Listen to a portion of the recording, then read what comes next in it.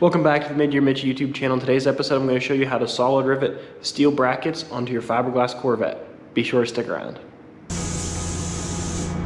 we're at the movies, huh? Yep, we're at the movies.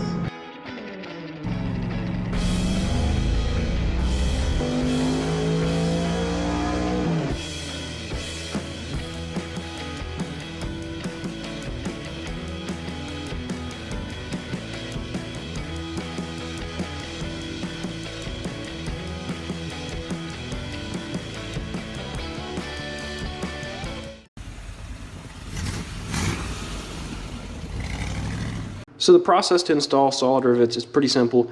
Basically what you need is an air hammer and you need a punch, which you can get these punches that have a nice little dish in them through Corvette companies or through aircraft manufacturers. They use these in the aircraft industry to install panels. So I'll put a couple links in the description for where you can get these. These aren't too expensive.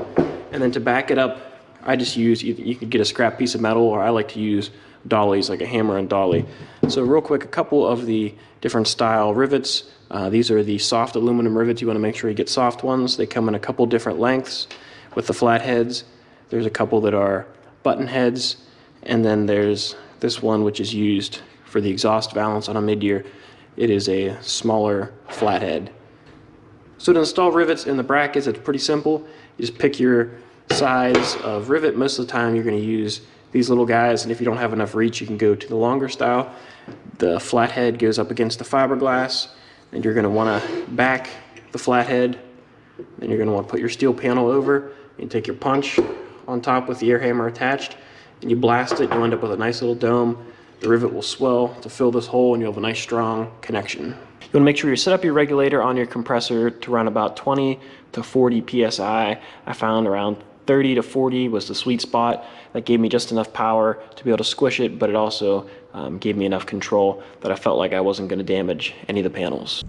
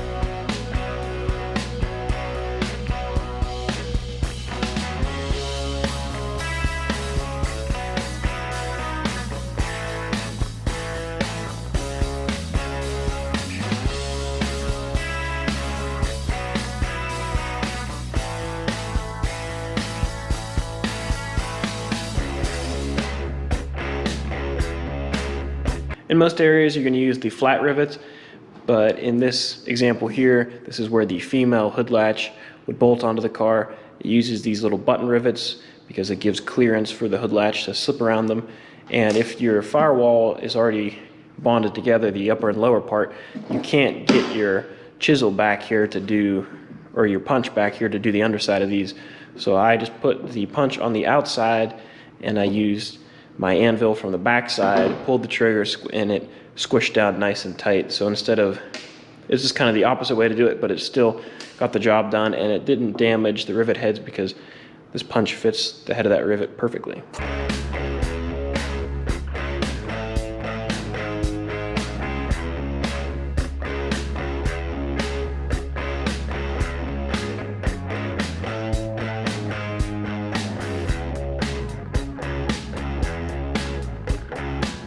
So I'm painting a lot of the nut plates and plates that have to be riveted to the body. So all these guys go on the firewall.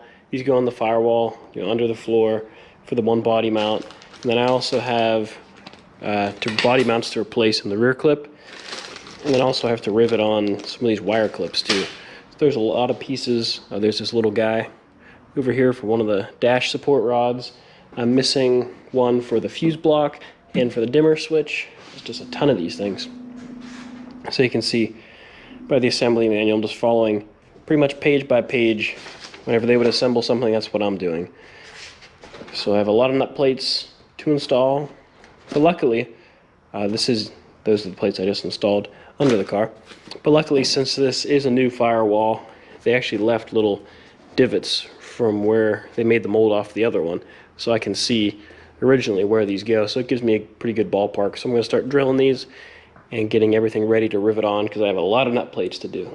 So if you look inside the car, you can see these rivets are everywhere, going across the rocker, holding in little floor braces, but they're holding in brackets for the gas pedal, brake pedal supports, wiper motor, center console.